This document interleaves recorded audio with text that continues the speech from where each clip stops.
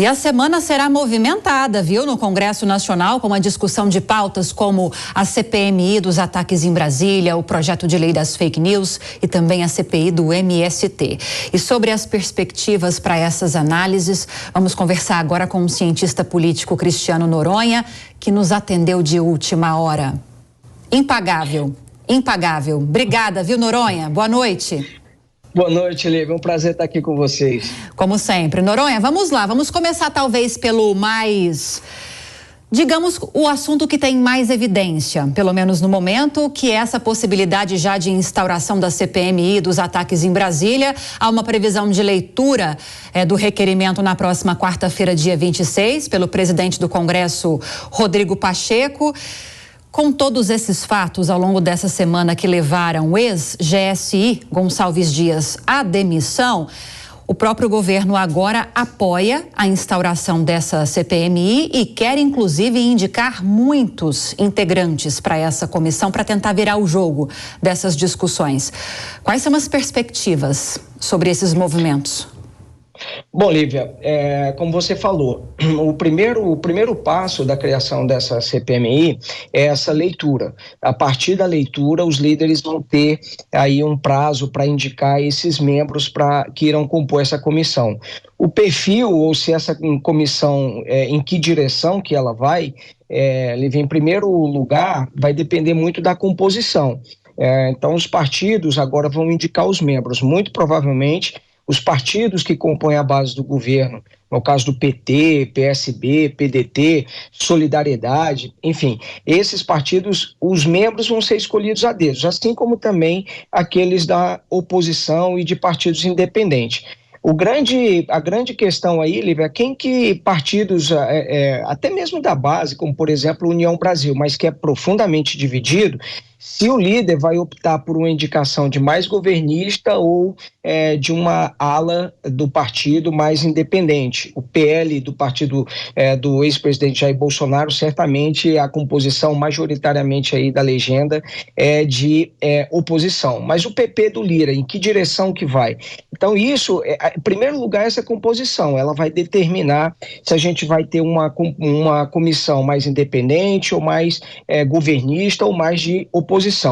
Depois feita essa indicação, Lívia, o segundo passo é a disputa pela relatoria e pela presidência.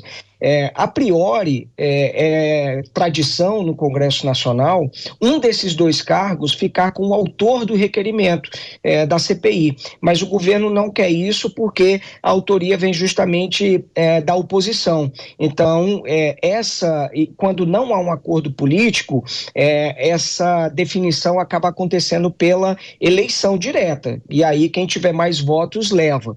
E o presidente da CPI, ele escolhe o relator, né? Então, se você tiver alguém da base aliada que for eleito presidente, vai escolher um relator mais governista. Se você tiver um membro que seja eleito e ele é mais da ala mais independente, ele tende a escolher um relator também mais independente em relação ao governo. Agora, o ponto é, se essa CPMI ela fosse exclusivamente do Senado, no Senado o governo tem uma maioria mais folgada. Na Câmara o governo encontra mais dificuldade. Então, isso, de certa forma, vai fazer um balanceamento aí mais forte dessa CPMI, Lívia. Todas essas questões que você levantou, Noronha, são expectativas, né? Possibilidades. Mas se você for arriscar um palpite, porque a formação dessa CPMI, ela projeta uma polarização que a gente tem hoje no cenário nacional. PT e PL com os outros partidos girando em torno ou de um ou de outro, ainda que se declarem independentes, né? Muitos deles se declaram independentes. Quem vai ganhar essa disputa? Quem vai conseguir ter o poder nessa CPMI? Porque a gente sabe do poder de articulação do próprio ministro de Relações Institucionais, Padilha, que já vem defendendo essa CPMI desde que os atos aconteceram e que levaram à demissão de G. Dias nesta semana, né? Olha, Lívia, eu acho que a gente não vai ter uma comissão tão fácil assim para o governo, não. Vai ser uma comissão que pode criar algum tipo de problema também para o governo. Então, eu não apostaria, por exemplo, que a relatoria e a presidência, que são os dois cargos mais estratégicos, eles não devem ficar, por exemplo, com o PT. Então, eu acho que a minha avaliação é que partidos como o PP, União Brasil, até mesmo o PSD, que é da base, eles eventualmente podem ficar com algumas dessas posições aí mais estratégicas da comissão.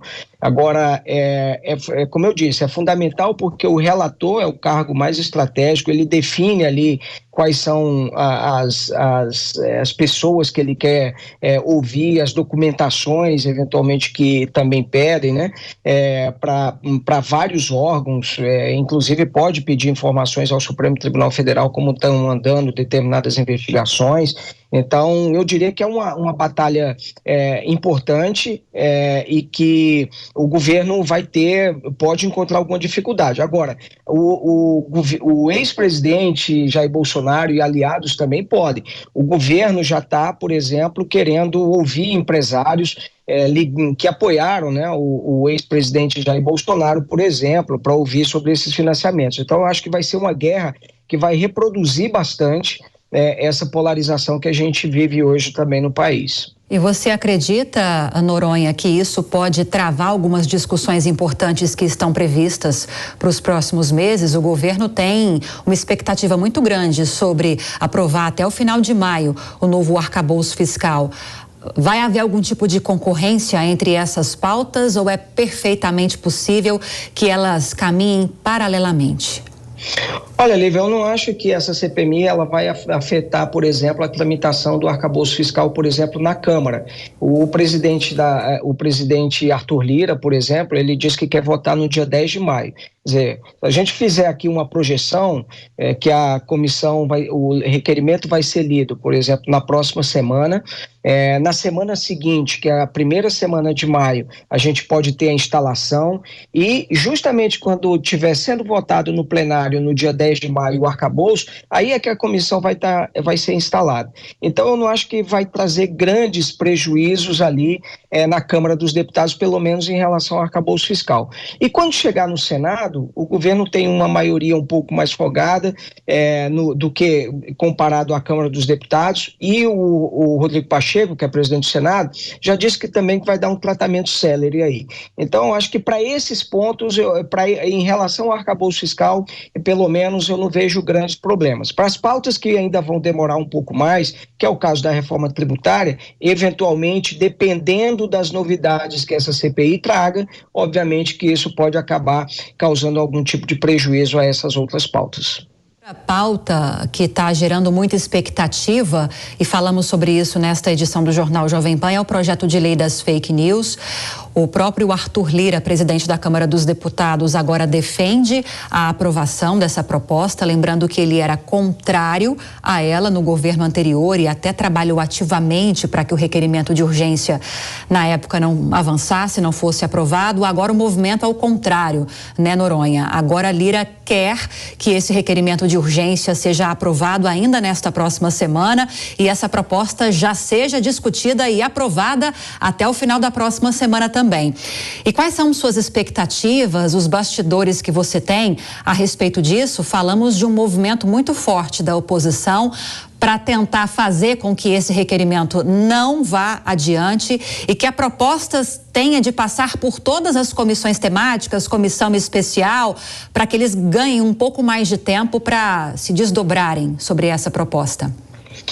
Bom, Lívia, esse projeto, como você falou, de fato, isso tem que ser aprovado um requerimento de urgência. Esse requerimento de urgência requer 257 votos. Já foi tentada a votação desse requerimento certa vez e ele acabou não sendo aprovado por uma diferença pequena, de 8 votos.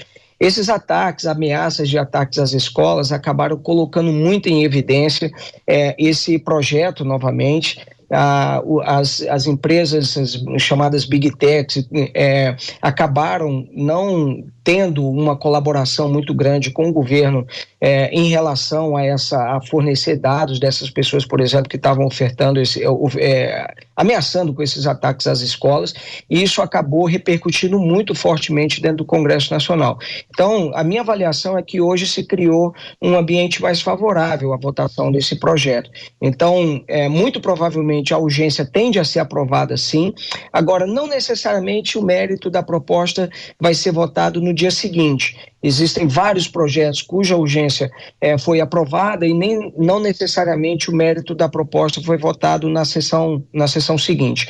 É possível que a gente aprove que o Congresso aprove, a Câmara aprove essa urgência como uma sinalização de pressão e eventualmente nas próximas semanas a gente comece a evoluir num andamento mais significativo desse projeto. Agora, as perspectivas são positivas de votação e aprovação. Lembrando que depois da aprovação na Câmara, ele ainda tem que voltar para o Senado, que vai dar a palavra final. Afinal de contas, esse projeto nasceu lá e é assim que é o processo legislativo. Agora, vai encontrar sim resistência, porque tem pontos ali que a oposição não concorda, como a criação de essa obrigatoriedade das empresas terem que apagar, por exemplo, determinados conteúdos, ou proibir políticos, eventualmente, de que bloqueiem pessoas para não seguir suas redes sociais, etc. Então, tem alguns pontos aí que ainda precisam de ajuste e pode demandar mais algum tempo. Todas essas movimentações previstas para a próxima semana estão com toda certeza no nosso radar e também no radar do cientista político Cristiano Noronha. Noronha, obrigada mais uma vez pela entrevista, bom fim de semana, ótima noite. Para você também, Lívia, prazer.